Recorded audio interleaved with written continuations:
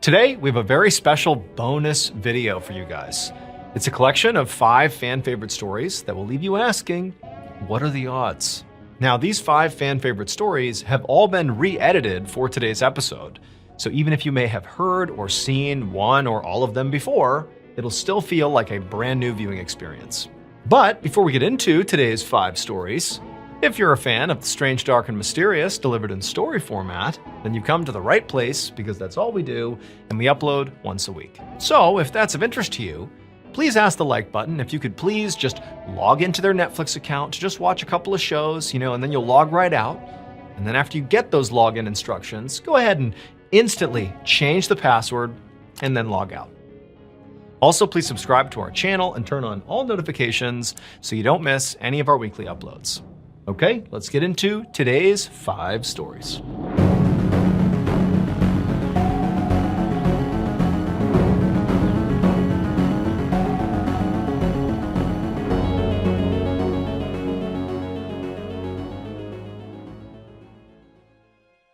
In 2007, 60-year-old Michael Dick was living in Bow, East London with his wife and 2 daughters. While his life was not exactly exciting, it was good. He lived in a quiet and safe neighborhood, and Michael, who used to be a carpenter, was now semi-retired and got to spend the bulk of his time with his friends and family. But that year, something really started to bother him. 10 years prior, Michael had split up with his first wife, and after their divorce was finalized, his ex-wife and the daughter they had together, her name was Lisa, and she was 21 at the time, those 2 stayed in the family home in Sudbury, England, and Michael moved south about an hour and a half to Bow, East London. The divorce had been quite messy, and so Michael had not only lost touch with his ex-wife, he had also lost touch with Lisa. And so fast forward 10 years back to 2007, and Michael and Lisa had not spoken since the divorce, and Michael found himself suddenly feeling this unbelievable wave of grief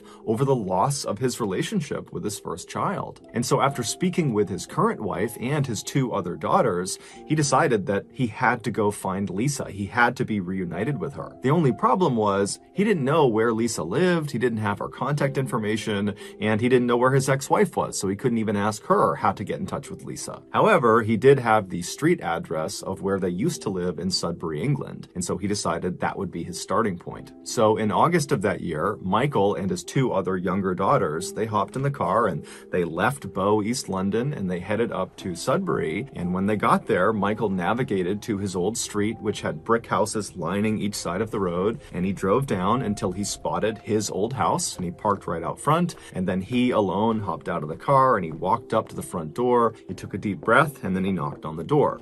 When the door opened, it was not Lisa, it was not his ex-wife, it was some other family that he didn't know, and they didn't know Lisa or his ex-wife, and so they said, good luck finding your daughter, but we don't have any information for you. And so Michael was crushed, but he thanked them, and he turned around, and he went back to the car, and he told his other daughters about what he had just learned, and then from there, the trio just kind of began driving around Sudbury, half looking for Lisa out on the streets, although none of them thought they would actually find her, and then also kind of discussing what they were going to do next, because now they had nothing. And so as they're driving around the streets of Sudbury, they come to the realization that their best bet at finding Lisa is putting some sort of story in the local newspaper that hopefully she would see, and then she would contact Michael. And so they drove to the headquarters of the local paper, the Suffolk Free Press, and they went inside and they managed to speak to a reporter, and after telling the reporter Michael's story about how he's lost touch with Lisa, the reporter thought, you know what, this is actually a pretty interesting story, and I'd be happy to do a small feature on you guys. And so the reporter, along with a photographer, brought Michael and his 2 daughters outside. They took a picture of them, and then they told Michael, in the next edition of the paper that will run in a couple of days, we'll run this picture along with a little write-up about how you're looking for Lisa, and we'll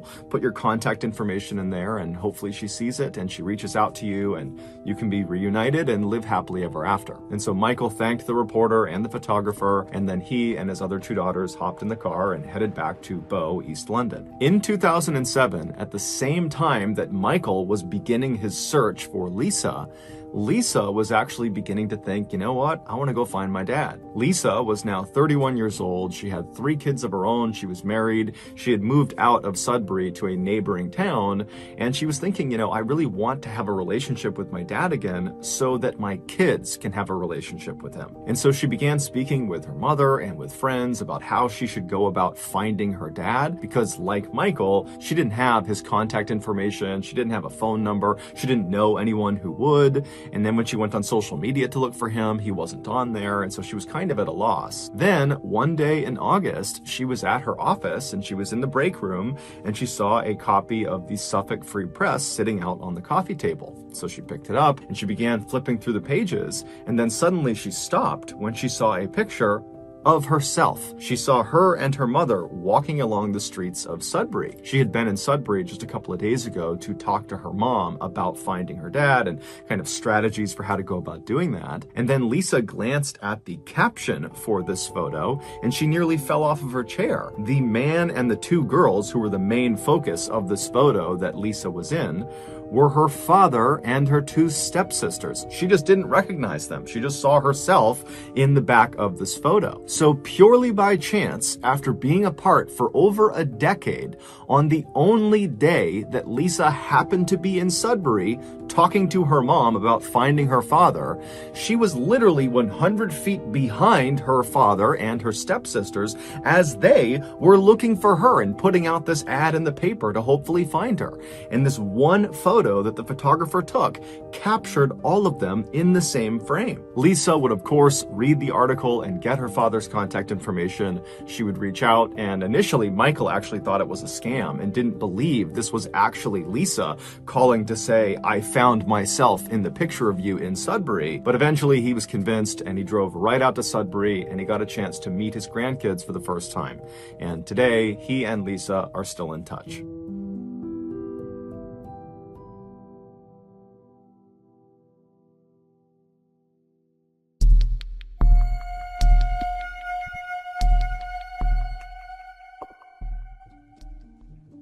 In 1964, during his final semester of college in Wisconsin, a 21-year-old man named Harry decided to take an acting class. He believed it would be an easy A, and he'd always been pretty shy, and so he figured this class might be able to help him get over that. But this class wound up having a much larger impact on Harry's life than he ever could have imagined. Not only did he meet his future wife in this class, but he also realized he loved acting, something he never thought he would like, and he decided after college that that was the thing he was going to pursue. And so after he graduates later that year, he and his girlfriend get married, and then they fly out to Hollywood, California, where Harry auditions for Columbia Pictures' New Talent Program, which is basically this program that's designed to help new actors and actresses get parts in Hollywood because it's so hard to do that. And so he's accepted into this program. He signs a contract with them that pays him almost nothing.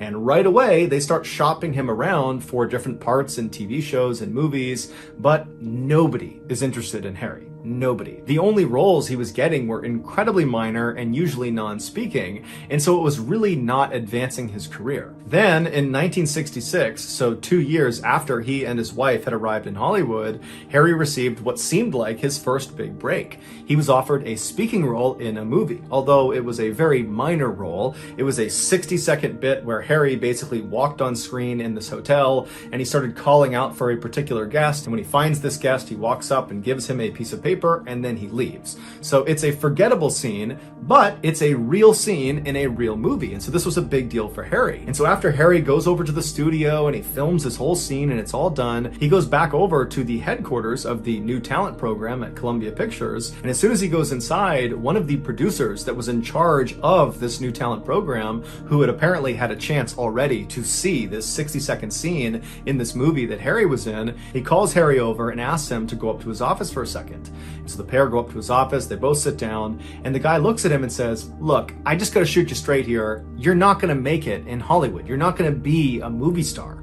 When Tony Curtis was told to carry groceries across this room in one of his first movies, everybody knew right away as he's carrying those groceries that guy, he's going to be a movie star. You could see it in the scene, even though all he was doing was carrying groceries. And when you did your scene as the bellhop walking around the hotel, I just didn't see it. You don't have the X factor. You're not going to be a movie star. For reference, Tony Curtis, the guy this producer was referencing, was a huge movie star in the 1950s and 1960s. And so Harry, after getting this horrible comment made about him, he pauses for a second, and then he leans across the table and looks at this producer and squints his eyes and says, you know, if Tony was such a good actor, shouldn't we have believed he was just a grocery delivery boy, not a movie star? And at this totally smart aleck remark, the producer fired Harry on the spot. Harry would go on to sign a similar new talent program deal with Universal Studios, but again, he could not get a real part to save his life. And the feedback he finally got was, Harry, you're just not pretty enough, and you're not really that talented. By the mid-1970s, Harry was in his mid-30s, and while he still aspired to be an actor and wanted to be an actor,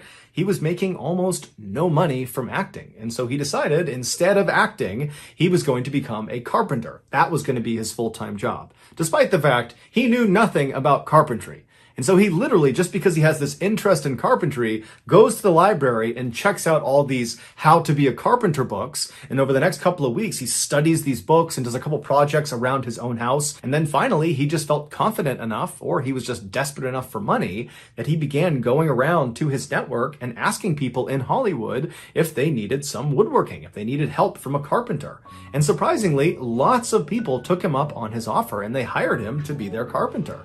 And before long, Harry was dubbed the carpenter to the stars, which was kind of ironic because he actually was not a very good carpenter, and he was regularly seen on the job, literally holding a book, teaching him how to be a carpenter while doing the carpentry with his other hand. In 1976, Harry was a full-fledged carpenter and had been for about a year when one of his very close friends named Fred Roos, who was a casting director and film producer, gave him a call and told him he had a very unique opportunity for him. Now, at this point, Harry was not looking for any more acting roles. He kind of figured that ship has sailed, even though he wishes he could be an actor. At this point, he had a wife, he had 2 sons, and so he's thinking, I gotta just keep doing this carpentry thing because I gotta pay the bills.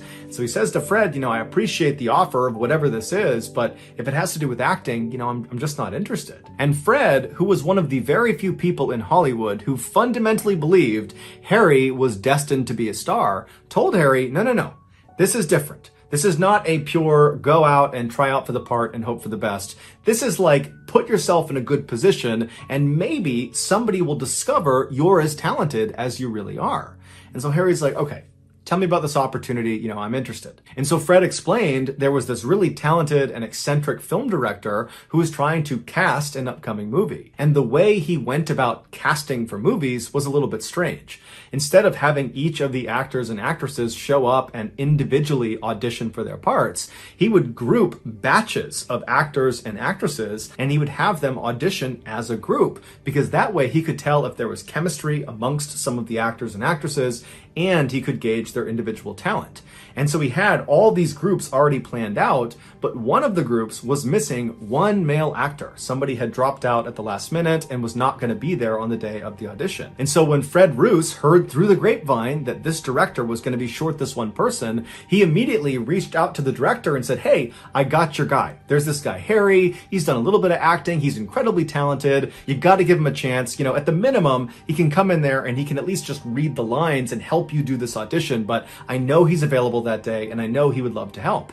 And so this director tells Fred, okay, thank you. I'd love to have him come down, but stress to him, he is not auditioning for any part in this movie. I'm not bringing in some person and just throwing them in. It takes me a long time to find people that I want to audition, and he is not one of them. He is just there to facilitate the audition. He's just going to read the lines so the other people in his group can do their audition. And so after Fred stopped explaining this situation, Harry was actually kind of annoyed. He was annoyed that Fred had basically already volunteered him, and so he couldn't really even say no without making Fred look bad.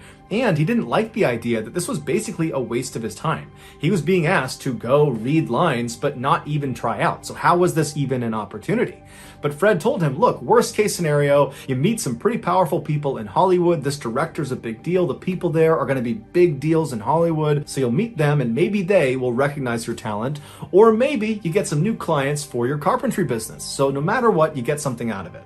And so finally, Harry says, okay, fine, I'll go do this thing. And so Harry goes to this audition, he's handed the script, and he's reminded repeatedly to not attempt to audition. Don't try to act, just read the lines. I don't care if you're monotone, you just read these lines because you're not auditioning. Everybody else is, you're not. Is that clear? And Harry's like, yes, I get it. I'm just reading the lines. And so Harry sits down and he starts reading the lines and he's trying to do what they told him to do, but the way he was actually feeling and his actual personality began seeping through. He started coming off as this really grumpy and sarcastic guy that just didn't care about anybody there. He was just totally bitter that he was in the situation he was in. And apparently, this is exactly what the director was looking for in one of the characters he was trying to cast. That kind of nonchalant, bravado, macho, alpha type guy who just didn't care about anybody. And so over the course of the day, as he's reading the script over and over again, not caring at all about how he's performing, he's just simply reading these lines and just being himself, he was actually doing this amazing job portraying one of the characters. And so they let Harry go the whole day. No one told him they were looking at him as a potential character. And then at the end of the day, when Harry was about to just throw the script in the trash and leave without talking to anyone, the film director, better known as George Lucas, walks up to Harry, better known as Harrison Ford, and says, wait a minute, I was wrong. You are perfect for this movie, Star Wars. You need to play Han Solo. And so Harrison Ford said, all right, I'll play Han Solo. And that role as Han Solo propelled Harrison Ford into the megastar that we know him as today. A few years after Harrison had starred in Star Wars and he was this total A-list celebrity, he was at a Hollywood studio in one of their restaurants when one of the waiters walked over to him with the silver tray, and on this silver tray was a single business card. So Harrison reaches over, he grabs the business card, the waiter walks away, and he looks at the card, and handwritten on it is the phrase, I missed my bet. And he flipped the card over, and it was the name of that producer from the new talent program that had called Harry into his office and said, you're never going to make it in Hollywood and you're fired. It was that guy, and he had apparently sent the waiter over to make amends because he was eating lunch in the same restaurant. And so Harrison would later say in interviews that at the time he got this card, and to this day that he was doing this interview, he said it gave him immense pleasure that when he looked up from this business card and he understood the situation, he knows this guy's in the room somewhere, as he looked around the room, he couldn't recognize the guy because he didn't know what he looked like. He was a nobody. And so instead of wasting any more time looking for this producer, he just looked at the card, chucked it, and went back to eating his lunch.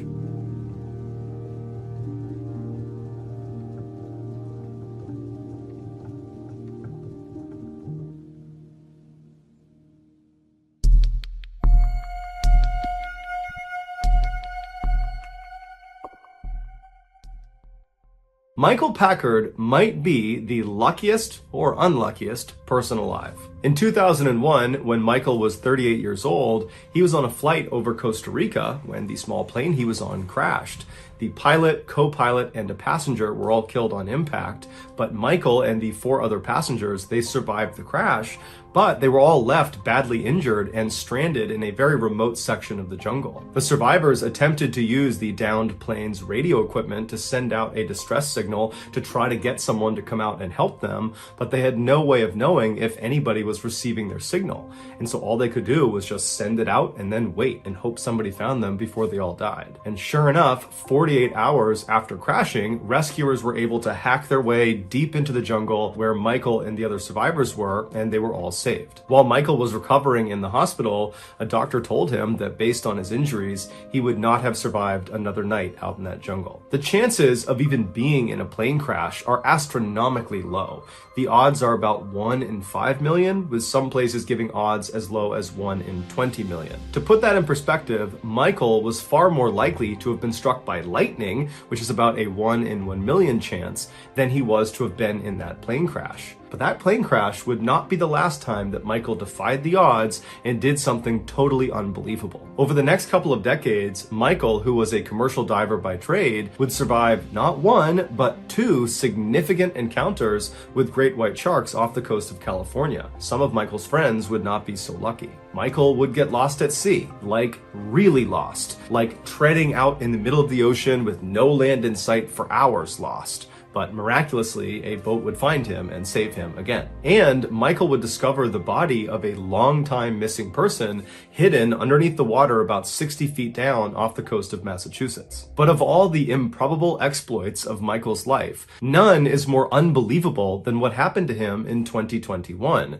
which experts are saying he had about a 1 in 1 trillion chance of experiencing. On the morning of June 11th, 2021, Michael, who was 57 years old at the time, hopped in a boat with his longtime diving partner, Josiah. Once they were all situated and they had all their equipment inside of the boat, they took off and headed for the open waters right off the coast of Cape Cod, Massachusetts, where they planned to do some lobster diving. A popular way to retrieve lobsters is to literally just dive down and by hand pick them up and bring them back to the surface. And so that day, that's what Michael and Josiah planned to do. Once they reached this spot right off the coast, Michael put on all of his scuba diving equipment and hopped in the water. Josiah did not put on any diving equipment because he was not going to be getting in the water for this dive. Instead, he would remain on the boat and help Michael get in and out of the water. He'd pull lobsters up onto the boat, and he was also there in case of an emergency. He could call for help. And so just after 6 a.m., once Michael was in the water and signaled he was good to go, he dove down below, and after a little while, he came back up, but with a relatively small haul of lobsters. And so the two men figured that, well, I guess today is just not a great day for catching lobsters. But regardless, for the next couple of hours, Michael continued to go down and catch as many lobsters as he possibly could. By 8 a.m., Michael had captured approximately 100 pounds of lobsters that were now in the boat.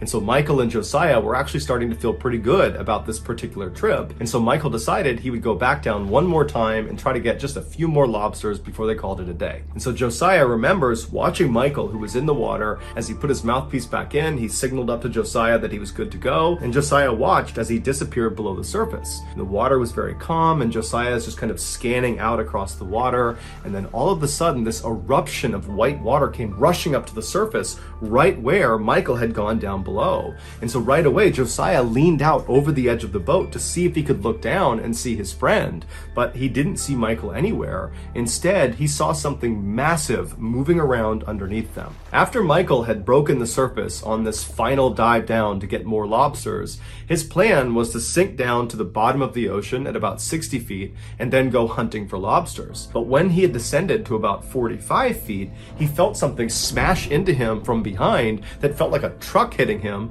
and then everything around him went totally pitch black. The impact of whatever it was that hit him had caused his mouthpiece to get blown out of his mouth. So he doesn't have air, and he starts fumbling around to find his mouthpiece, but he can't find it. And as he's fumbling around, his hands are making contact with what feels like walls all around him. He was inside of an enclosed space. But when he had touched these walls, they were not normal walls. They were soft, but they were hard at the same time, and they seemed to be moving, like they were pulsating or quivering. The space he was in was fairly large, and it was not completely flooded with water. It was like Michael had slipped into this air pocket. But this air pocket was not stationary. It was moving, and pretty fast, because the water that was inside of it was violently sloshing all around. Michael could hear it slapping up against the walls. As Michael continued to panic and fumble around for his mouthpiece, he started to notice intense pressure on his legs, but he had no idea what was causing it, and because it's pitch black, he couldn't see what it was. Finally, Michael found the line that was connected to his mouthpiece. He jammed it in his mouth and he took a long inhale,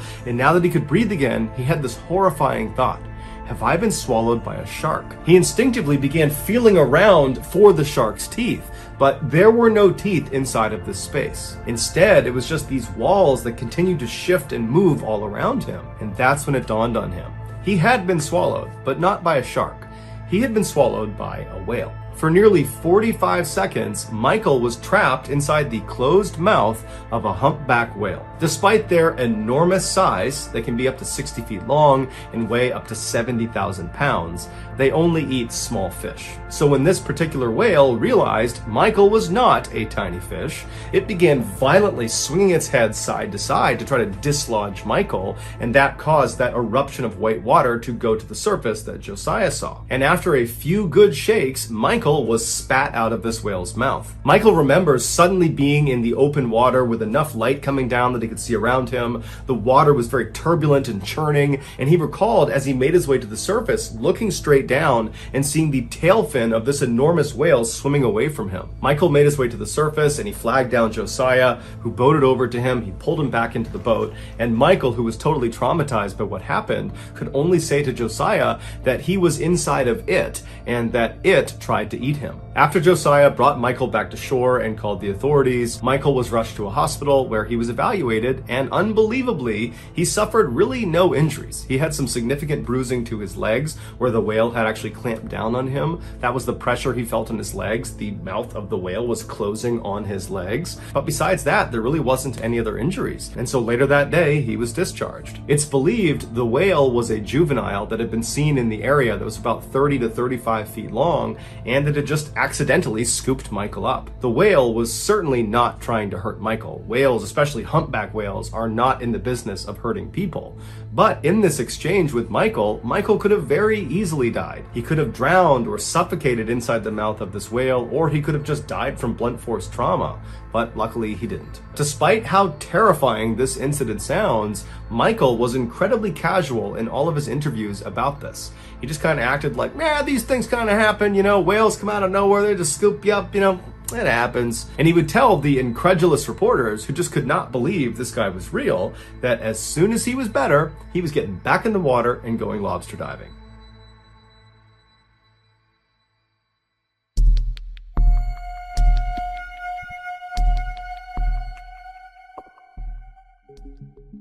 On the evening of January 6th, 1982, a man named Harold Bray, who was a sheriff in Jefferson County, Colorado, which is an area just west of Denver, arrived at the Denver airport. Harold was running late because his commute into the airport had been treacherous because Denver and the surrounding areas were all getting pounded by a snowstorm. After running into the terminal and getting checked in and getting through security, he made it to his gate right as they were boarding the plane. Feeling very relieved, Harold joined the queue of other people that were getting on the ramp to go down into the plane, and then just a couple of minutes later, he stepped on board and he found his seat, which was located at the front right side of the plane. He sat down in his seat, he buckled in, and then he grabbed an in-flight magazine from the back pocket of the chair in front of him, and he waited for takeoff.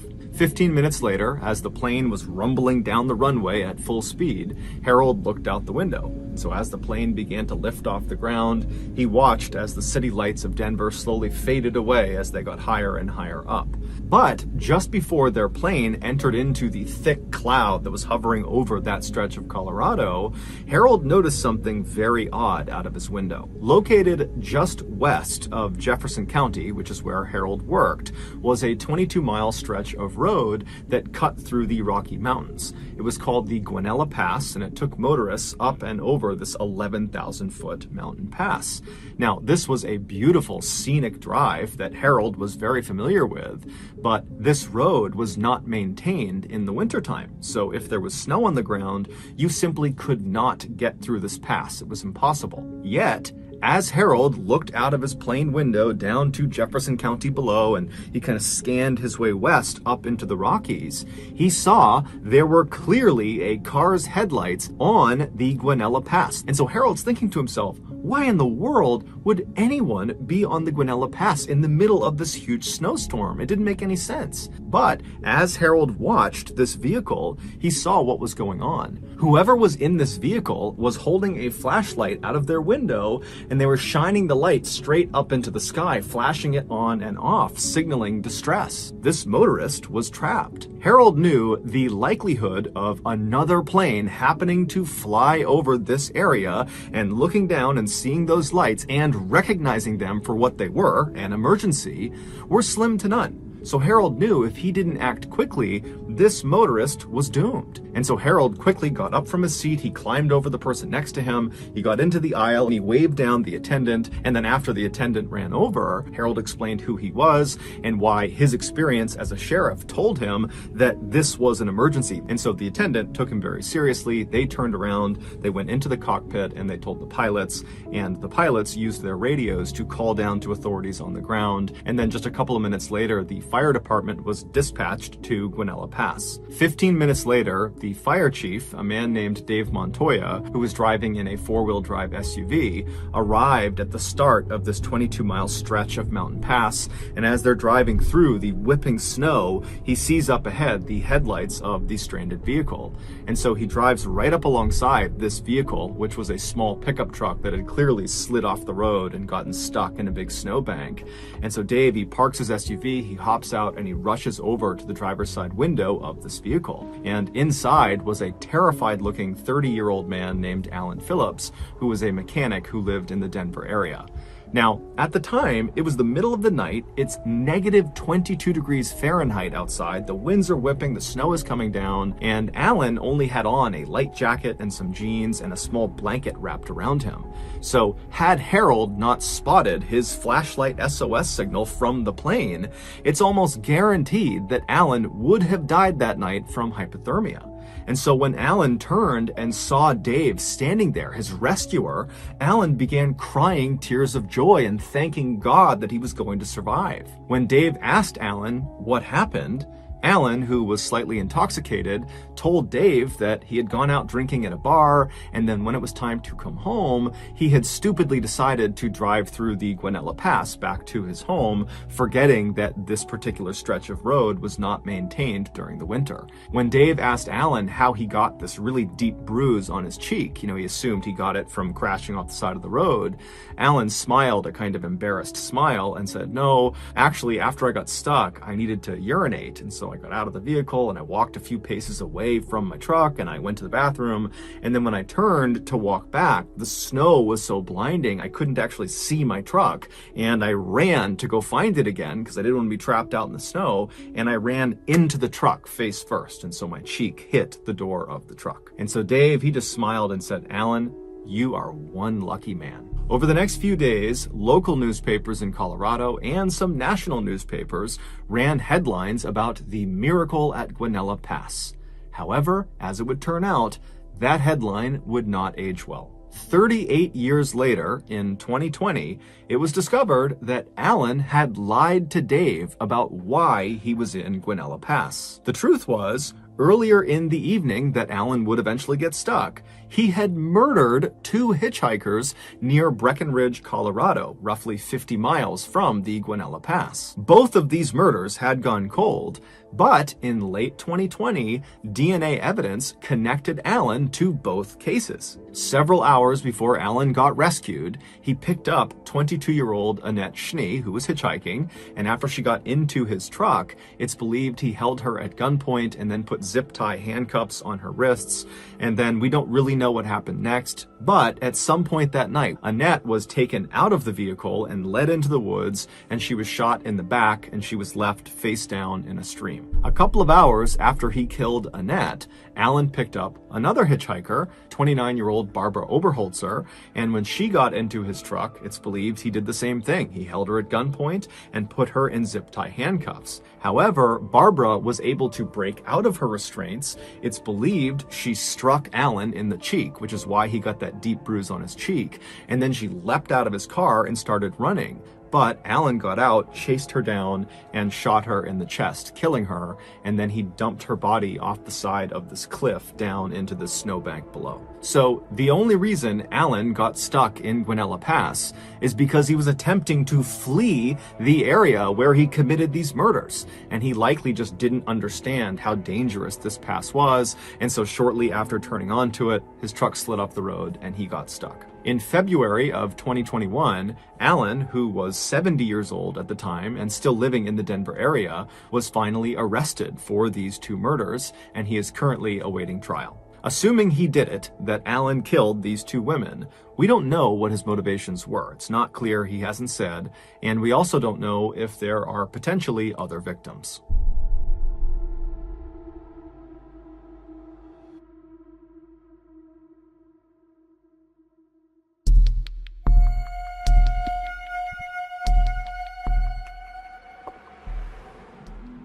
Just after midnight on June 22nd, 1991, Charles Holden was on his way home from work when he decided to stop at a fast food restaurant near his house in Harrington, Delaware. After grabbing a quick bite to eat, Charles left the store and got back in his truck. He turned it on and he was about to drive out of the lot when he stopped because there was this man running towards him, waving, trying to flag him down. So Charles put his truck back in park and he rolled his window down to see what this guy wanted.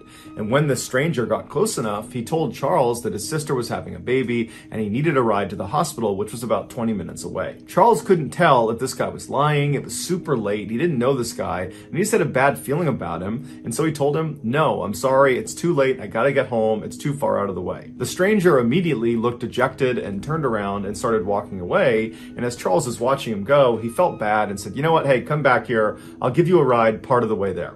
And so the stranger smiled, hopped in his passenger seat, and they took off. Charles drove him approximately 3 miles in the direction he had asked to go before pulling over on the side of the road and telling him, "This is as far as I'm going to take you." Charles lived only about a block away, and he didn't want to drive too far away from home so late at night. But the stranger, upon hearing he was being let out so soon, suddenly became angry and began fumbling in his pocket like he was going to get a knife or some sort of weapon, and he starts screaming at Charles, "Hand over your keys, hand over your wallet, or I'm going to kill you." Charles, meanwhile, was on edge, just being in the car with this guy because he had a bad feeling about him, and so he immediately jumped into action. He turned off his truck, he ripped the keys out of the ignition, and he leapt out of his truck and started running. Charles saw way off in the distance was a convenience store, and he figured he could run to there and get some help. But as he's running, he turns around and sees the stranger has also leapt out of the car and was now sprinting up to him with a screwdriver in his hand. And this stranger was running really fast. He was gaining on Charles, and soon Charles realized he wasn't going to make it to the convenience store before this guy caught up to him.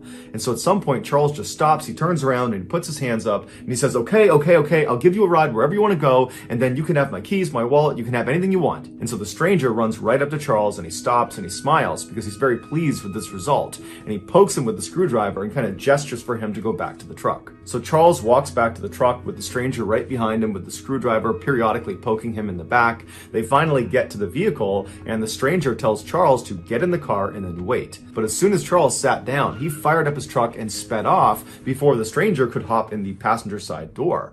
And so Charles is flying away from this guy. He looks in his rear view mirror and he can see the guy is chasing after him with a screwdriver held over his head, but he sees the stranger at some point just stops, turns around and walks away. Charles was totally relieved that he had escaped this horrible encounter, and he was thinking about calling the police, but ultimately decided he wouldn't because it was his decision to allow some stranger to get in his car in the middle of the night. And so Charles kind of blamed himself for the whole ordeal. What Charles was concerned about, though, was where he had ditched the stranger was not far from his house, and he was worried if he just turned around and drove right back to his house that this guy could recognize the truck and then follow him to his house, and then who knows what could happen.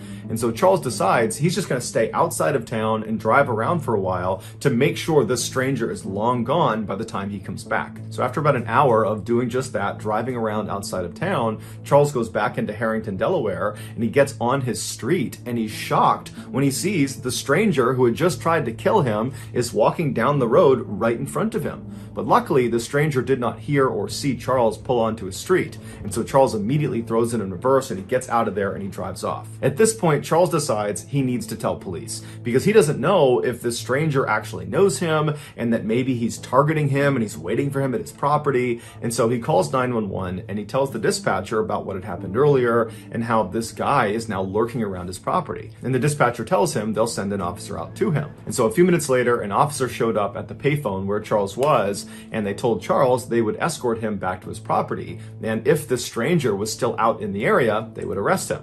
And so the two of them made their way back to Charles's property. They get there, the stranger's long gone, and then Charles goes into his house. There's no sign of a break-in. There's no sign that anyone was near his property. And so Charles thanks the officer. He feels totally relieved. But before the officer leaves, he asks him if he wouldn't mind doing a quick sweep of his mother's property. She lived right behind Charles on the other side of some bushes. He told the officer her name was Dorothy. She was 70 years old and she lived alone. And he just wanted to make sure nothing happened to her.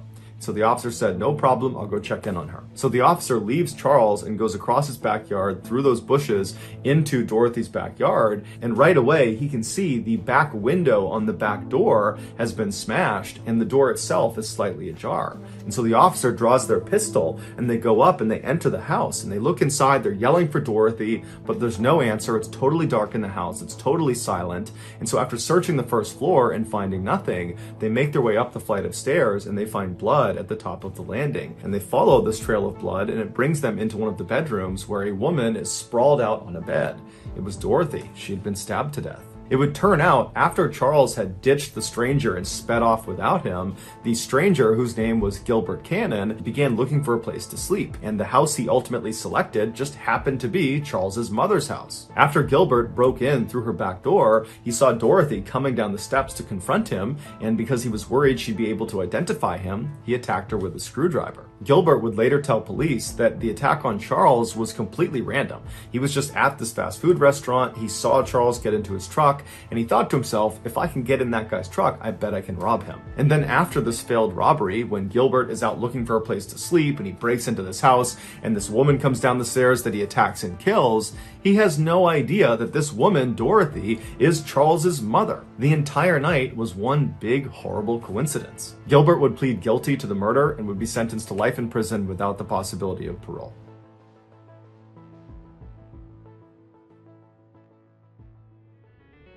Thank you so much for watching. Let me know what you thought of today's episode in the comments. And remember, we have hundreds of videos for you to binge right now. But if you're looking for a recommendation from me of that one video that's worth your time, well, it's this one right here. So give it a watch. All right, until next time, see ya. On the morning of December 10th, 1995, a seasoned homicide detective walked into a house on a quiet street in the suburbs of Tucson, Arizona. Another officer led him down the hallway to a bedroom, and when the detective looked inside, he froze. Now, he'd seen a lot of crime scenes before, but this one had to be one of the worst. I mean, there was blood everywhere. All over the walls, all over the floors, the mattress. I mean, it was just a complete nightmare. But as much as it appeared like clearly he's looking at the scene of a murder, there was a problem. There was no body. But before we get into that story, if you're a fan of the strange, dark, and mysterious delivered in story format, then you've come to the right place because that's all we do, and we upload 2, 3, even 4 times a week. So if that's of interest to you, please hide mouse traps in all of the like button shoes. Also, please subscribe to our channel and turn on all notifications so you don't miss any of our weekly uploads. Okay, let's get into today's story.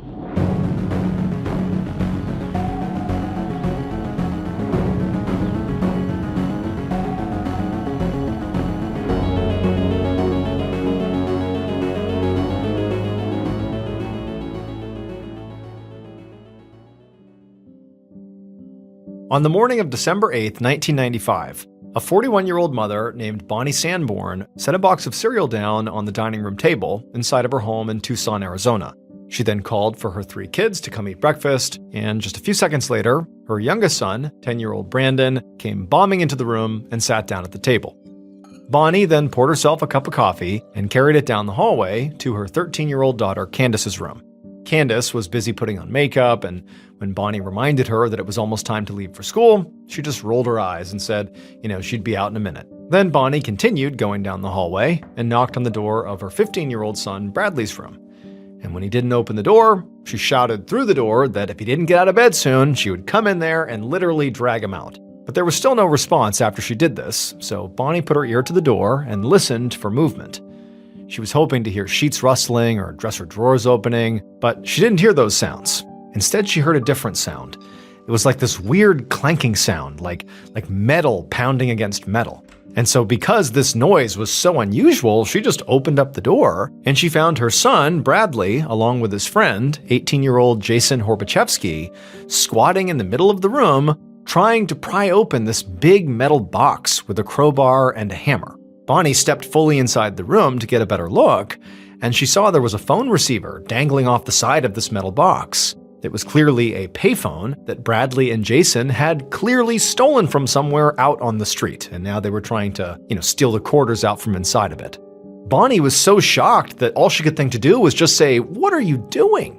And Bradley, he looked at his mom and just seemed totally unfazed that she was in there, and he just said, "What? We're just trying to get the change out of this payphone."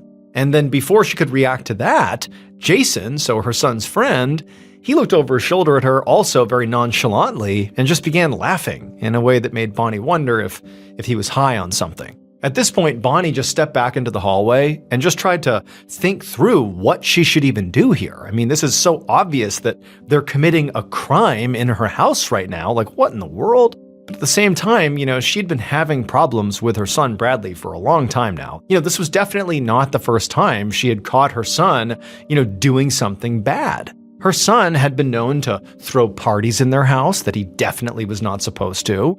He would pick fights with basically everybody in the house, all the family members. And on top of that, she also knew that periodically he would hang out with known gang members. Now, for a while, Bonnie had tried to be understanding and supportive because she remembered how hard it was to be a teenager herself.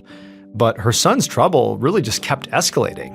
And this payphone thing was like a breaking point. She knew she could not let something like this slide. I mean, it was literally criminal, and so obviously so. And if she didn't step in now, it was clear her son would just continue to push the limits further and further until he got hurt or got somebody else hurt or, wound up in jail or something. Like, this was the moment she had to put her foot down. And so, without saying another word to her son or Jason, who were now back to banging on this metal box, she just turned and walked back into the kitchen where her other kids, Brandon and Candace, were now eating their breakfast and looking annoyed by all the chaos being caused by their older brother.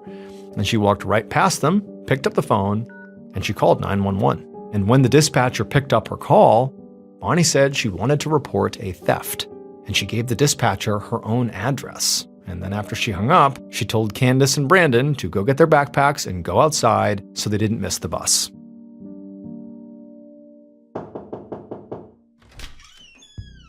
A few minutes later, Bonnie heard a knock on the front door, and she opened it up to find two sheriff's deputies standing on the doorstep. She actually recognized the deputies, and she knew they also recognized her, because this was not the first time they'd been called to the Sanborn house. They'd been there several times actually recently to deal with domestic issues, largely caused by her son. But Bonnie knew, Bradley, even though he was the obvious main problem, at least in terms of her current issues, she was already seeing that her 13-year-old child, Candace, had begun acting out a lot lately. And she was also worried what would happen when her 10-year-old, Brandon, became a teenager himself. Like, would he begin, following the footsteps of his brother and maybe his older sister as well? She didn't know, but she just couldn't understand why her kids just were misbehaving so much. Like, what did she do wrong? And so Bonnie showed the deputies to Bradley's room, where he and Jason were still actively trying to pry open this payphone. And when Bradley looked up and saw the police, he looked furious. He screamed at his mother that he couldn't believe she'd called the cops on him. But Bonnie, she did her best to push down the natural bit of guilt she was feeling, because she didn't want to have to call the cops on her son. The deputies ultimately handcuffed both Bradley and Jason, and they walked them outside, and Bonnie trailed right behind them. And then as the police were putting the kids in the back of the squad car, Bonnie pulled one of the deputies aside and asked if he could make sure Bradley spent at least one night in the juvenile detention center. She knew this was a very tough love sort of approach. I mean, basically demanding your kid stays effectively in jail overnight. But she was also hoping that in addition to being maybe scared straight here, he would also get counseling in the juvenile detention center and maybe begin to see the value of staying out of trouble. The deputy nodded and said he'd see what he could do. As the squad car drove away, Bonnie saw movement in a window of the house across the street. She squinted and saw that one of her neighbors was peering out the curtains to get a look at all the commotion. And then further down the street, a couple out for a morning jog had slowed down and was just staring at the squad car as they passed by. And now for Bonnie, she wasn't that surprised. She'd be looking out the window too if police showed up on her street. But at the same time, it still made her very embarrassed. She knew people in this neighborhood were already very aware of her family's problems, and it was a lot to bear.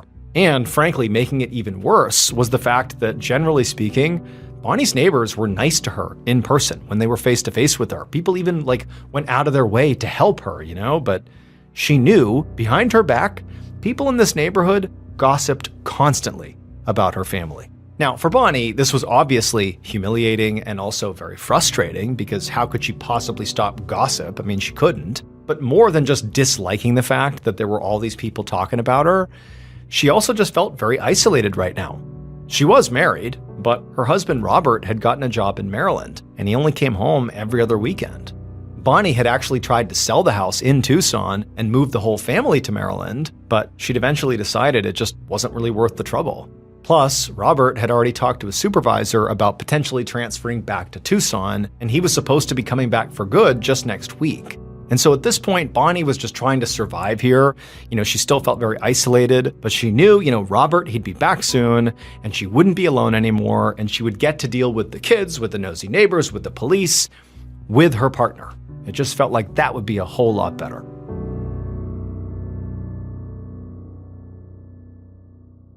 About 16 hours later, around 11:45 p.m. that night, Bonnie brushed her teeth and put on her PJs. The house was quiet for once, except for the TV humming in the living room.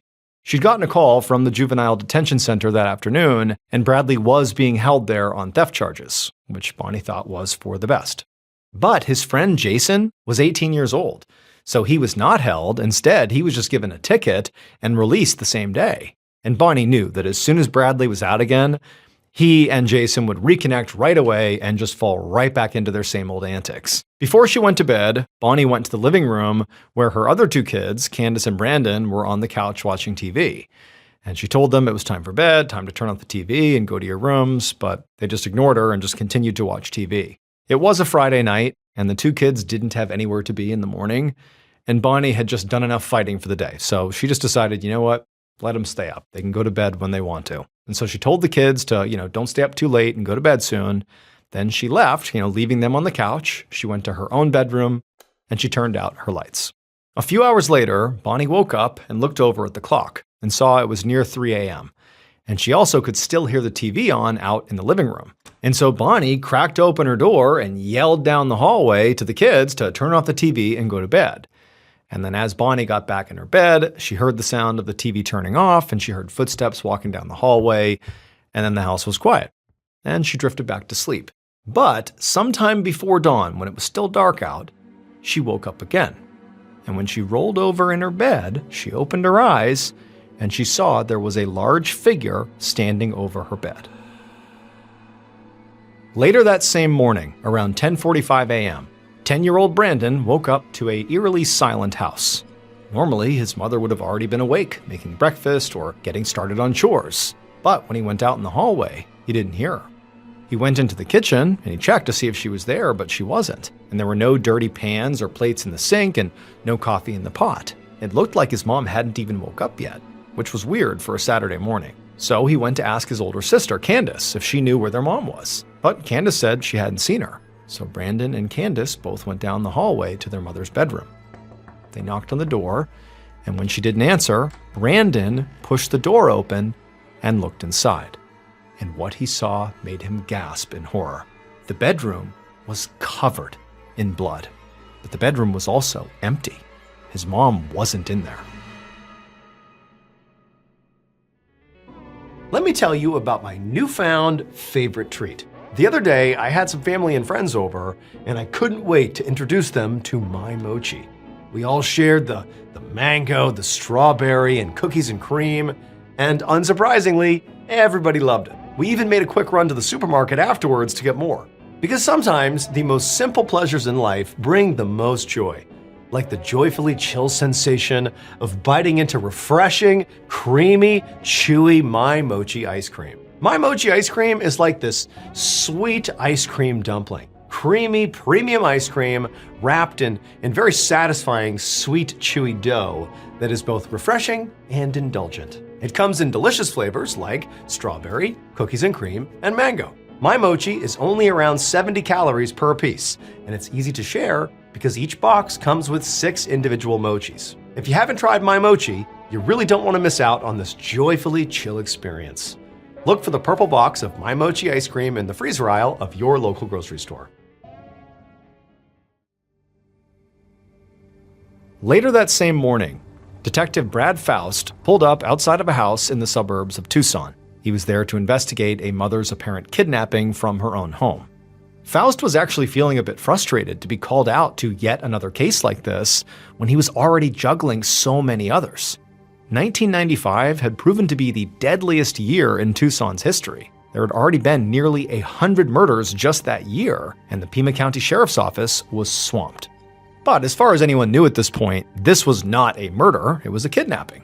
All Faust had been told was that Bonnie Sanborn was missing, and her kids had called 911 after seeing that and also seeing all the blood in her bedroom. So Faust was holding out hope here that this was actually nothing that serious, and that they would find Bonnie relatively quickly and she'd be okay. He got out of his car and he saw that officers had already taped off the house. There was a young boy and girl sitting out on the front curb, looking terrified and visibly distraught. And Faust also noticed that there was blood on both of their shirts, and so he figured that they must be Bonnie's kids, the ones who had made the 911 call, and he made a mental note that he would need to talk to them later. Then he walked through the front yard and went into the house. And right away, a crime scene photographer greeted him and then led him down the hallway. As he walked, Faust caught a glimpse of a family photo on the wall, which showed Bonnie and her husband and their 3 kids, all smiling and looking like the perfect all-American family. Before opening the door to Bonnie's bedroom, the photographer paused and warned the detective that there really was a lot of blood in here. Faust nodded, and then the photographer opened the door, and Faust immediately saw what he was talking about. There was blood spattered all over the walls, the floor, the windows, and the mattress. He felt his heart sink as he realized that with this much blood loss, they probably would not be finding their victim alive here. But he knew it was going to be very hard to figure out what had happened here or who was responsible until they found her, dead or alive. And so Faust stepped into the room closer to the bed, where a forensic technician was swabbing for fingerprints. The mattress was completely soaked in blood, and on one of the pillows, he could clearly see a bloody handprint. He figured it either belonged to Bonnie or her kidnapper, but they'd have to wait for test results to be sure. Faust stepped back, and he noticed that the sheets had been partially pulled off the bed and were sort of balled up on the middle of the mattress. And to him, it seemed like, given how much blood is in here and the fact that obviously Bonnie is not here, that clearly some sort of long and violent struggle took place in this room. And it seemed to him like the struggle must have originated on the bed, and maybe even the bulk of the struggle was happening on the bed. It's soaked in blood and the sheets are all messed up. And he's thinking, very likely then Bonnie was in bed when the attack began. Faust also noticed there was a folding knife with a red handle on the mattress, and there was also a purse that had been poured out. There were multiple credit cards and a checkbook that were just sitting on the bed, and the fact that these items were not stolen made Faust think that robbery probably was not part of the motive for whatever happened to Bonnie. But then, something on the floor by the bed caught Faust's eye. After double-checking that the room had already been photographed, Faust put on a pair of gloves and then crouched down and he picked it up. And what it was a small brown button. He carried it over to the closet and dug through Bonnie's clothes that were in there, and the button didn't seem to match anything that she owned. And so based on where it was found in the room, Faust thought, this button must have come off of somebody's clothes in the middle of this attack. It obviously could belong to Bonnie. It could have come off of what she was wearing and maybe is still wearing. Or this button could have come off of the attacker's clothes. And so Faust gave the button to a forensics officer and told him to bag it up. Then he kept looking around. And in the midst of all the blood that had been sprayed all over the room, he noticed there was a clear trail of red droplets that snaked across the carpet. The trail led to a sliding glass door that led into the backyard, and when he tried to open it, he realized it was already unlocked. The forensics officer told him that nobody had touched that door all morning, so it must have been unlocked before anybody arrived. Faust slid the door open and stepped out into the backyard, and he followed the trail of blood across the grass all the way to a door that led into the garage. He noticed there were no drag marks in the grass, so Bonnie's attacker must have been carrying her, which sort of naturally suggested that whoever did this likely was bigger and stronger than Bonnie. But also, judging from the photos he'd seen on the walls, Bonnie was very petite, so really that didn't narrow it down very much. A lot of people could potentially lift Bonnie and carry her. Faust reached the door that led into the garage, and he turned the knob, and it was unlocked. He opened it up, and when he looked inside, there wasn't a car in there. But the trail of blood clearly went into the garage at least a few feet before it disappeared, so it seemed like the suspect had literally carried Bonnie in here, loaded her into the car that likely was in here and now was not, and they drove it away, carrying Bonnie with them. And so Faust knew his best shot at finding Bonnie was to, 1, identify the car that would normally be in this garage, and then once you have the identity of the car, to go find it.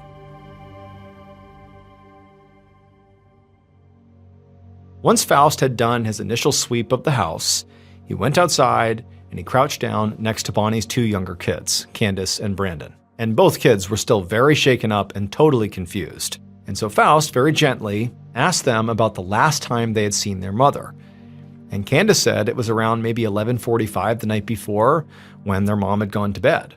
But she also added that maybe around 3 a.m., she and her brother Brandon were still up watching TV in the living room, and their mom had shouted from her bedroom for them to turn off the TV and go to bed. She said that when their mom did that, they did get up, they turned off the TV, and they went to their own bedrooms and went to sleep. And both kids said they didn't hear or see anything until they woke up later that morning and found what they found in their mother's bedroom.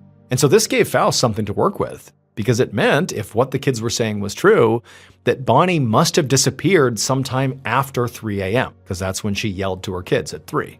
Plus, if the suspect came in through that back sliding door that went right into Bonnie's room, and they were able to do so without waking up the kids, and then after the attack being able to find very likely Bonnie's car keys, because that's the assumption, they found her keys and then loaded Bonnie into the car and drove off, again without waking anybody in the house, it suggested that whoever did this, they likely were relatively familiar with the layout of the house and had probably been there before. So maybe this is somebody that they all knew. Faust pointed to the blood that was on Candace and Brandon's shirts, and he asked them where it came from.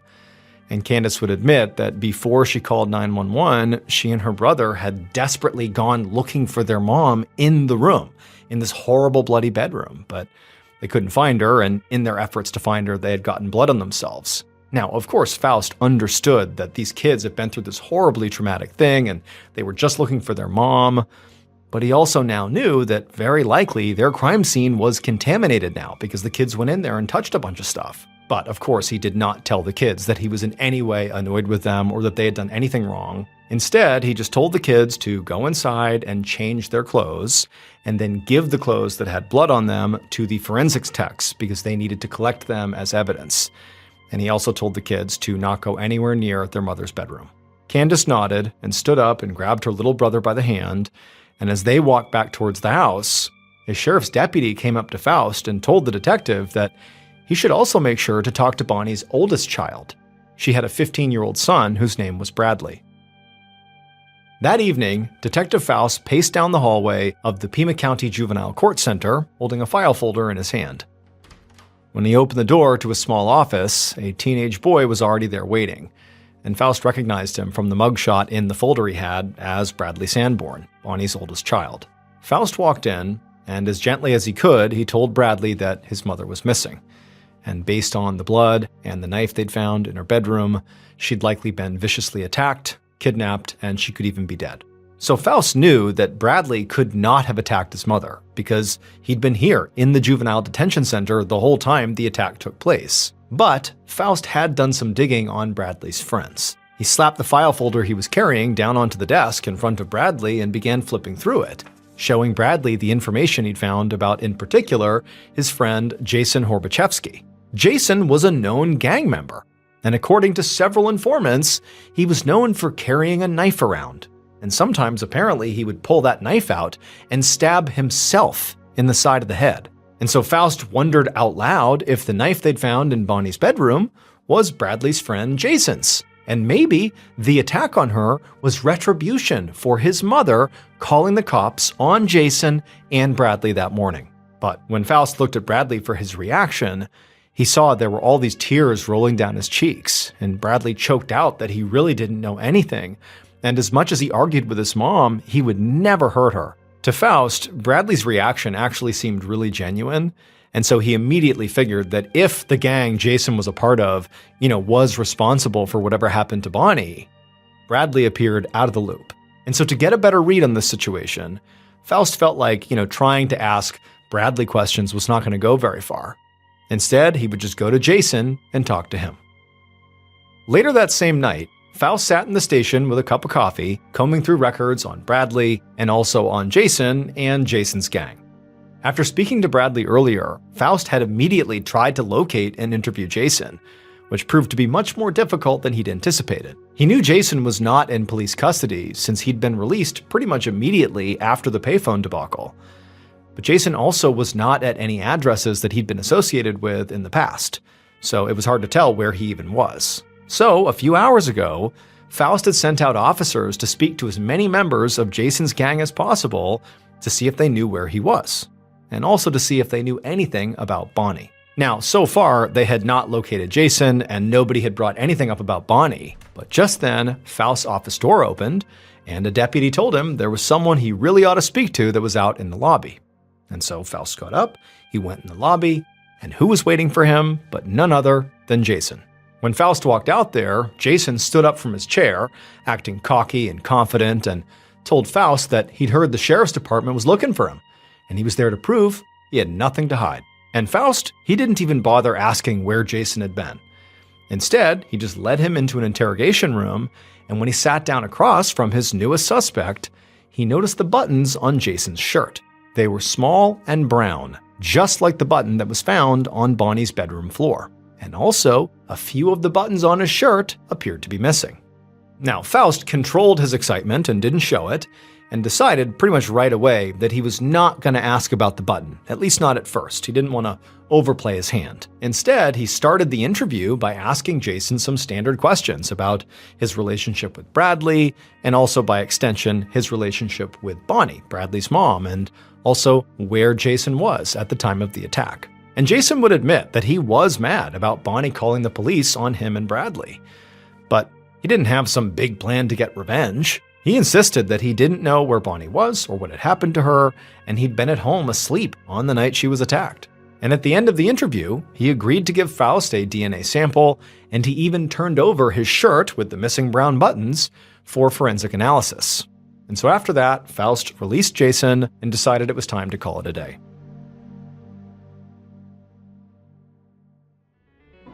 You know those moments right before you start something new, when you're staring at the idea, running through every worst-case scenario, and wondering if you're making a huge mistake? That feeling of doubt and uncertainty can be paralyzing. But looking back, making that leap, despite the fear I had, was one of the best decisions I ever made when I started this MrBallen adventure. Because sometimes the scariest step forward is the one that changes everything. Starting something new isn't just hard, it really is terrifying.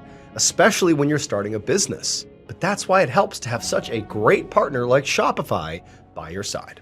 Shopify is the commerce platform behind millions of businesses all around the world, from household names like Death Wish Coffee and Magic Spoon to brands just getting started. It's time to turn those what-ifs into sales with Shopify today. Sign up for your $1 per month trial today at shopify.com/MrBallen. Go to shopify.com/MrBallen. Again, that's shopify.com/MrBallen. The next morning, Sunday, December 10th, so a day after Bonnie went missing, Faust sat in his office and sorted through all the information his team had collected the day before. While Faust had interviewed Bradley and Jason, other members of his team had spoken to Bonnie's friends, family, and neighbors. But so far, it looked like nobody knew anything that was helpful. A few neighbors had mentioned that the Sanborns had family problems, but apart from that, they all said Bonnie seemed nice, and they had no idea who would want to hurt her. Faust continued reading, looking for some kind of clue in all the interviews, when his office phone rang. He picked it up, and the man on the line sounded terrified, and he said he had a tip in the Bonnie Sanborn case. The man explained that earlier that morning, he'd seen a news report about Bonnie's disappearance and how the detectives were looking for her car, which the police had learned was a light blue Chrysler. And he said that just the day before, he and his wife had actually passed a car just like that on their morning run. It was abandoned on the side of the road in the desert just outside of town. He said at the time, he and his wife had not gotten too close to the car, and they really hadn't thought much of it until they had seen this news report. And so after seeing the report just a few minutes ago, he and his wife had gone back to the desert to see if the car was still there. And he said not only was the car still there, but when they walked up close, they could see in the back seat what appeared to be a woman's body. Faust immediately wrote down the car's location, and when he looked at a map, he realized it was only about a half-mile away from Bonnie's house. He thanked the man, hung up the phone, and then he got in his car and he raced out toward the desert. And when he got past the edge of town into the open desert, he saw right up ahead a light blue Chrysler parked in the sand. He stopped his car on the shoulder near the car, he got out, and he approached the Chrysler, and he peered through the window, and almost immediately, he did see a woman's body. It was Bonnie's body, and she was slumped over in the back seat, just as the man had said. Bonnie's arms were bound behind her back, and there was a sock stuffed in her mouth, and the lower half of her body was naked. And for Faust, in seeing this, he wasn't surprised, but at the same time, he had held out hope that maybe Bonnie was alive. Just seeing her dead in such a horrible way in the back of this car it was heartbreaking. And so Faust went back to his car, he radioed the station, and he waited until a forensics team arrived. And then at that point, he went back over to the Chrysler, and he began to examine the body. Faust put on gloves, and he leaned into the car, and he lifted up Bonnie's head. And he found there were wounds all over her skull, as if she'd been repeatedly struck in the head with something very sharp. And her partial nudity made it seem likely that she was also sexually assaulted. There were also clear defensive wounds on her hands and forearms, which suggested she had fought back hard against her killer. One of the forensics officers pulled out a black light and began running it across the back seat of the car to check for potential DNA evidence. And Faust watched as the forensics officer ran the light over Bonnie's leg, and it lit up a spot. And the officer told Faust that almost definitely that spot was the killer's semen. And so he swabbed the area and put the swab into an evidence bag and told Faust that in a matter of maybe a few weeks, they should get the DNA profile back from the lab, and maybe they'd know who their killer was.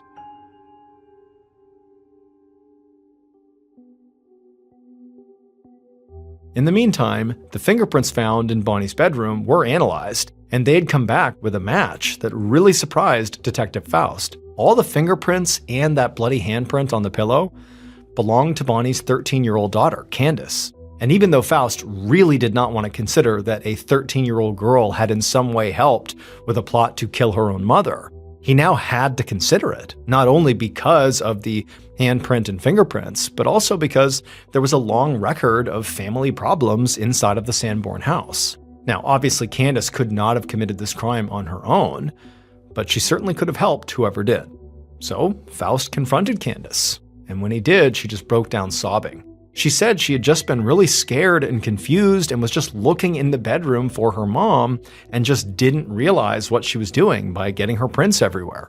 And looking at this scared teenager, Faust knew that Candace really didn't make sense as a potential suspect here. But he still felt like Bonnie's killer had to be somebody who knew Bonnie personally and had been in her house before.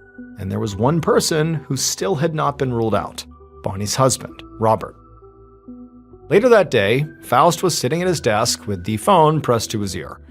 He was on hold and had been for some time, and as he tried to tune out the awful music that was playing on the line, he looked down at the handwritten list of airline names and flight numbers that were on his desk. Bonnie's husband, Robert, had been working in Maryland for the past couple of months, and he had not been scheduled to come back home to Tucson on the weekend his wife was killed. But just because he claimed that he had been in Maryland that whole weekend, didn't mean he actually was. There were multiple flights from Maryland back to Tucson that in theory he could have secretly taken to come home, kill his wife, and then go back to work in time for his next shift. So Faust had compiled a list of every single flight Robert could have theoretically taken, and one by one he was calling the airlines to check the passenger manifests. And so far there hadn't been a Robert Sanborn on any of the flights he had checked, and now he'd made it to the very last flight on that list. And just then, the on-hold music suddenly cut out, and the woman on the line told Faust that she had triple-checked, and there was no Robert Sanborn on that flight either, the one from Maryland to Tucson. And he thanked her, hung up, and sighed. Now, keep in mind, this took place before the events that happened on 9/11. Since 9/11, air travel has been much more rigidly controlled, especially in the United States. I mean, security is so much higher. But pre 9/11, that really wasn't the case. I mean, people didn't even necessarily have to show their ID to get on a domestic flight. And so Faust knew right now, even though he's being told that Robert's name didn't show up on the manifest of any of these flights, it didn't really rule him out, because he could have theoretically been traveling under a fake name. But there was a next step that would show if Robert had something to do with this, and that would be to ask Robert for a DNA sample, and hope that when the evidence came back from the lab, it would be conclusive enough to give a clear answer.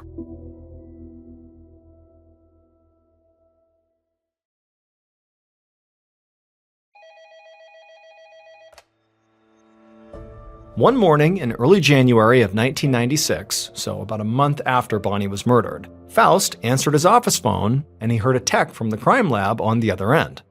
In the past few weeks, there had been 5 more murders in the Tucson area that Faust and his team were now dealing with.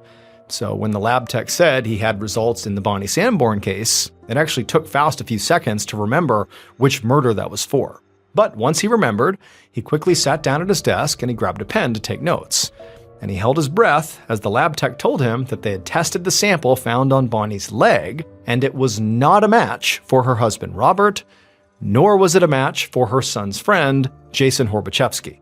Those brown buttons on Jason's shirt also didn't come back as matching the button that was found in Bonnie's bedroom, so it really was just a coincidence that they looked alike to the naked eye. Faust was disappointed, but he knew this was going to be a possibility, and he had a backup plan. He asked the lab tech to run the DNA sample against the DNA of every sex offender on the state registry to see if there was a match there. But as the crime lab slowly began doing that, they kept calling Faust to update him that they had not found a match yet. And eventually, the search for a DNA match ultimately just stalled, and Faust was pulled onto other cases. And so by that summer, it was looking like Bonnie's murder case might go cold. Then, after 9 months without any progress, an anonymous tip came in. That summer, in September of 1996, Detective Faust sat inside of an interrogation room at the sheriff's department across from a 40-year-old drug dealer named Lyle Winstead. The anonymous tipster had said that Lyle had sold drugs to several people in Bonnie's neighborhood, and he'd said some things about the case that the tipster thought were very concerning. And when Faust had dug through Lyle's records, he'd found that Lyle had a history of violent crimes involving knives. Sitting inside the interrogation room, Lyle seemed obviously nervous and very jumpy, and when Faust started asking him questions about Bonnie's murder, Lyle made excuses for the killer, saying that maybe the killer wasn't such a bad guy, maybe he was just, quote, on a bad trip. Now, Faust thought this was incredibly suspicious to be talking that way, so he asked Lyle for a DNA sample, and he got one, and he sent it off to the crime lab. And Faust had to wait several weeks for the results, and when they finally came in, Lyle Winstead was not a match. And at that point, Faust was feeling really frustrated. I mean, they'd already put in so much work with really nothing to show for it, and he didn't want the momentum on the case to die again. So before he put Bonnie's file back on the shelf, he decided to go back to square one and make sure there wasn't anything he just plain missed. The next month, between all the other cases he was working on, Faust found time to go literally door to door through Bonnie's neighborhood and re-interview everybody his team had already spoken to almost a year ago. Faust knew how gossip spread in quiet communities like this one, and even though nobody had been able to offer any leads the first time around, he wondered if maybe anything unusual might have surfaced since then. So he knocked on one door after another, and eventually, at a house down the street, a woman told him that she didn't know anything personally, but there was a rumor circulating around the neighborhood that he might want to look into. So Faust did. And after so many frustrating dead ends to this point, it was ultimately this rumor that did allow him to solve the case.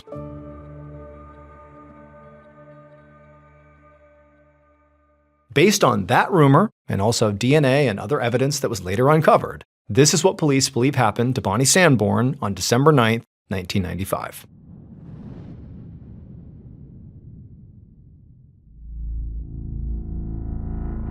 Around 2:30 in the morning, Bonnie's killer watched her house from a hiding spot where nobody could see them.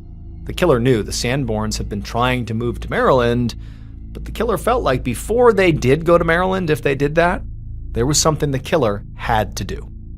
Around 3 a.m., as the killer was watching the house, they saw the light in Bonnie's living room finally go dark. And then the killer saw some movement behind the curtains in one of the bedroom windows, and then that lamp went out, leaving the entire house completely dark. The killer had intentionally waited for this moment. They wanted to make sure that not just Bonnie, but her children were asleep by the time they went inside.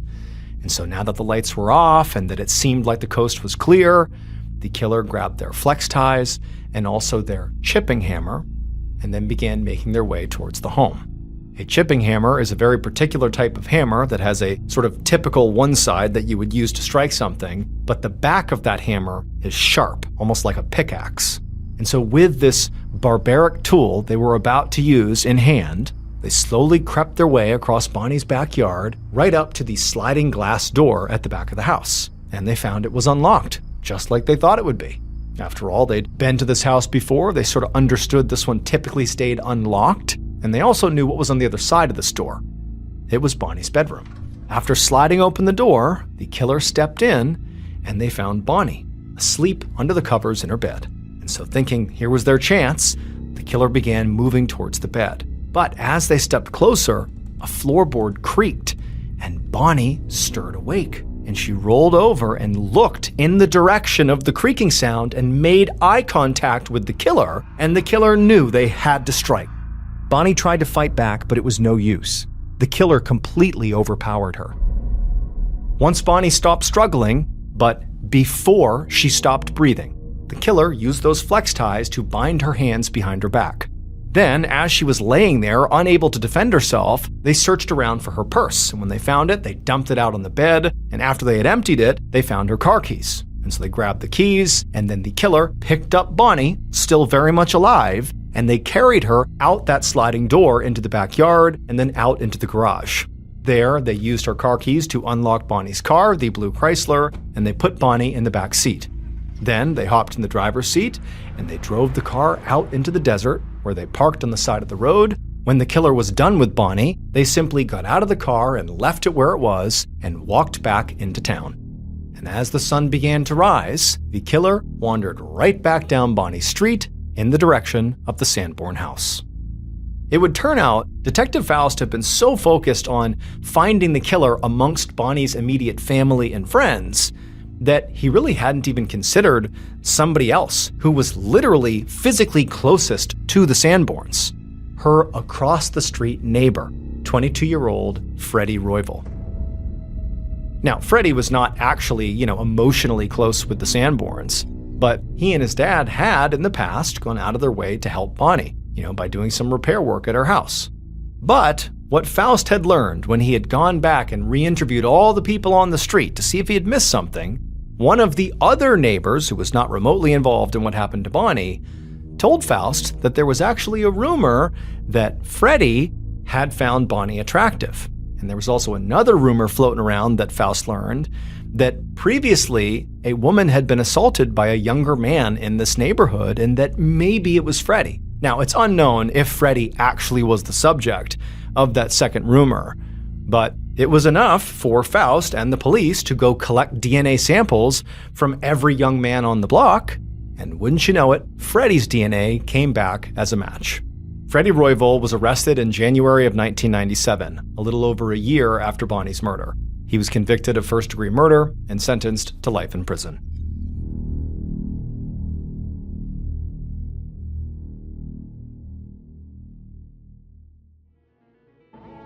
Thank you so much for watching. Let me know what you thought of today's episode in the comments.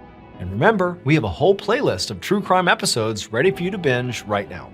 So click here and give them a watch. All right, until next time, see ya.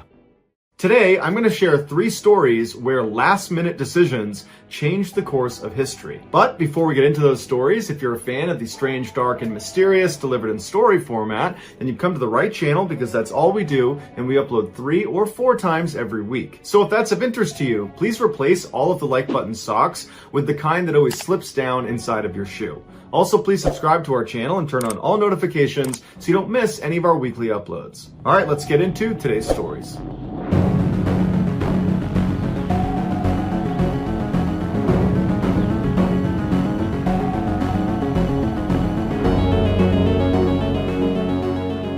On the evening of October 4th, 1912, a United States political candidate was in his hotel room in Milwaukee, Wisconsin. In less than an hour, he was scheduled to deliver a very important speech to local voters he hoped to sway in his favor. Even though he was nervous, he was really excited about giving this particular speech, because he and his speechwriters had spent weeks putting together this 50-page script that he was now holding in his hands. And so he paced around the room, flipping through the first couple of pages of the script, reciting lines before checking his watch and seeing that it was time to go.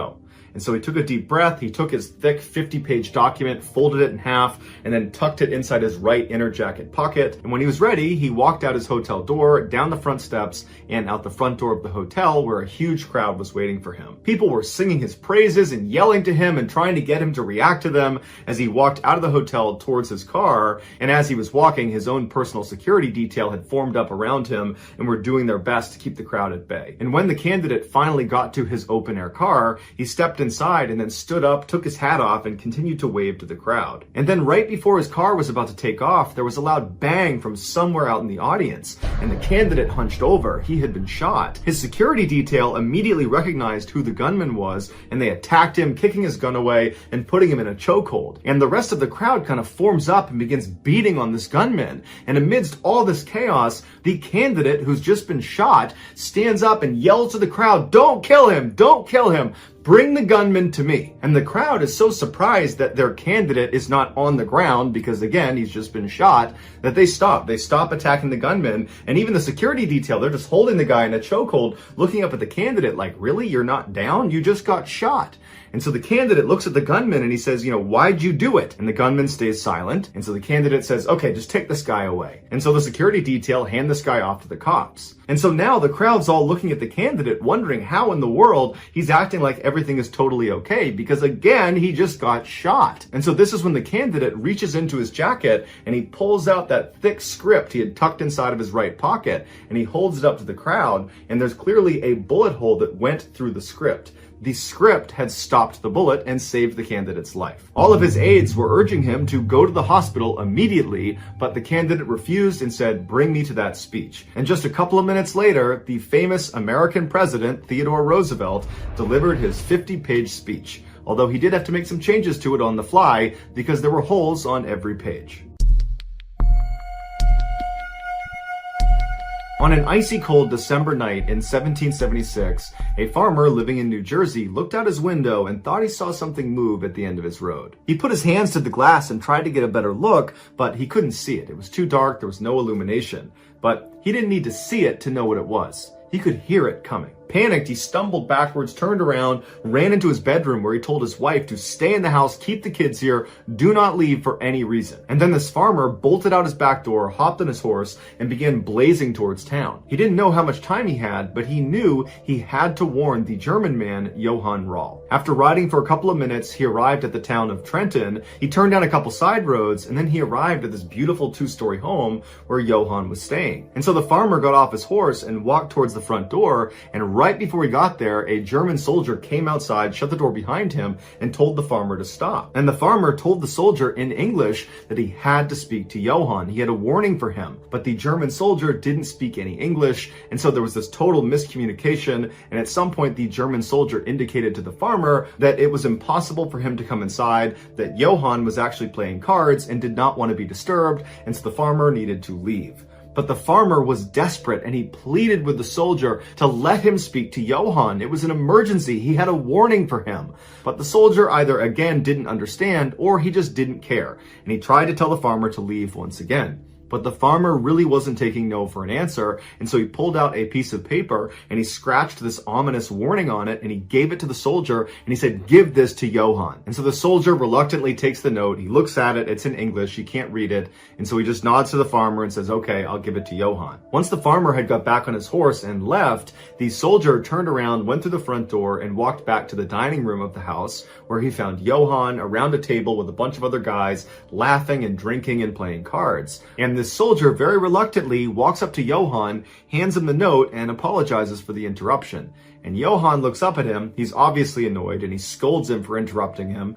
He takes the note and he looks at it and he can see that it's in English. And like the soldier who's brought it to him, Johann could not read English. And so he's looking around the table. He's got this great poker game going. He's having so much fun. He didn't want to step away and have to get a translator and read this note, which to him was probably meaningless anyways. And so he tells the soldier that, you know what, he'll read it later. And he takes the note and he puts it in his pocket and he goes back to playing poker. Johann would never read that note. And in a couple of hours, Johann would be dead. Johann Rall was a colonel fighting for Great Britain during the American Revolution. And he and his Hessian brigade that had taken up residence in this home inside of Trenton, New Jersey, believed the American rebels were on the verge of defeat. And certainly they were not about to launch an attack now, not on a freezing cold December night. But they were wrong. That farmer was a British loyalist, and what he saw when he looked out the window at the end of his road was the famous American military general George Washington and his ragtag army after they had just completed their famous secret crossing of the Delaware River. That note Johann was handed was a warning that they were on the way. Had he bothered to read it, he and his well-trained Hessians could have very easily crushed Washington and his men, and that would have been the end of the American Revolution, and America would still be a British colony today. Instead, Johann and his men were caught off guard and wiped out, and the Americans would go on to win the war and their independence from Great Britain. In 1912, 37-year-old David Blair was a senior merchant seaman working for the British shipping company called White Star Line. In February of that year, he was informed by his company that he would be the second officer of this massive luxury cruise liner that was still being built in Northern Ireland. As the second officer, David's primary responsibility was the ship's navigational operations, amongst other things. Now, David had handled these responsibilities on other ships, but he'd never done it on a ship of this size. This would easily be the most challenging thing David had done in his career to date. But he told his family he was really excited about it. David immediately moved to Belfast, where the ship was being built, and he lived there for 3 months until construction was done. On April 2nd, the final rivet was put into the ship, and it was launched successfully into the water. And then after that, David and the rest of the crew and staff got on board and they set sail. Their first stop was Southampton in the UK, and for this leg of the journey, it was just going to be the crew and the staff. 2 days later, they arrived without incident, and for the next several days, the ship remained in port as the crew prepped it for its first true maiden voyage, which was going to be to New York City. On April 10th, all preparations had been made, and finally it was time to allow the paying customers to come on board. And in just a couple of hours, thousands of people were on board this huge ship. And just hours before they were set to depart, David was given some bad news. His bosses at White Star Line had decided that this journey was too high profile, and while David certainly had experience, he didn't have a lot of experience with huge ships. And so he was being replaced with someone who did. Understandably, he was crushed, but more than this being a disappointment, this 11th hour change was a huge hassle. With literally thousands of passengers getting in the way all over the ship, David needed to scramble and run all over the place and collect all of his things in the cabin, up on the bridge, in various closets he had put things. He had to do that as fast as he could before the ship took off. And so finally, after doing that with his last armful of luggage in hand, he said goodbye to the crew and to the staff. He said best of luck to his replacement, and he walked off the ship for good. David, with all of his luggage, made his way to a hotel where immediately that night he wrote a letter to his family saying how disappointed he was, and then after that he went to bed. The next morning, when he was going through all of his luggage, he discovered that he had taken a key by accident from the ship. And this key was to a special closet that he was in charge of as the second officer that contained all of the ship's binoculars. And so he felt terrible, but there was nothing he could do. The ship had already left and was on its way to New York. And so the best he could do was he would mail the key back to them in New York when they got there. Back on board the ship, when they discovered this key was missing, they did figure out that David must have it because he was the only one who would have had the key, and it's a brand new ship, so nobody else would have had it. But they decided that it wasn't worth turning around to go get this key. They figured their lookouts were skilled enough they could spot any obstructions with their naked eye. Well, 5 days later, that ship, the Titanic, struck an iceberg and sunk, killing 1,500 people. One of the very few survivors was a guy named Fred Fleet. He was one of the lookouts who actually saw the iceberg first, and he would testify at a Senate inquiry that if he had had binoculars, he would have been able to see the iceberg far enough in advance that they could have avoided it. So that's going to do it, guys. If you found the secret in today's episode, let us know in the comments what it is and where you found it, so give us the timestamp. And if you're the first to do that, we will pin you at the top of the comments section. If you enjoyed today's video and you haven't done this already, please replace the like button socks with the kind that always slips down underneath your heel inside of your shoe. Also, please subscribe to our channel and turn on all notifications so you don't miss any of our weekly 3 or 4 video uploads. If you want to get in touch with me, you can direct message me on Instagram or on Twitter. My username for both platforms is the same. It's JohnBallen416. I also have a ton of content over on TikTok where my username is MrBallen. I also have a second YouTube channel called MrBallen Shorts where I post random short videos. If you have a story suggestion, please submit it to our subreddit just called MrBallen. It's linked in the description below. So whether I see you on Instagram, Twitter, TikTok, Reddit, YouTube, or some combination, just know that I really appreciate your support, and until next time, that's going to do it. See ya.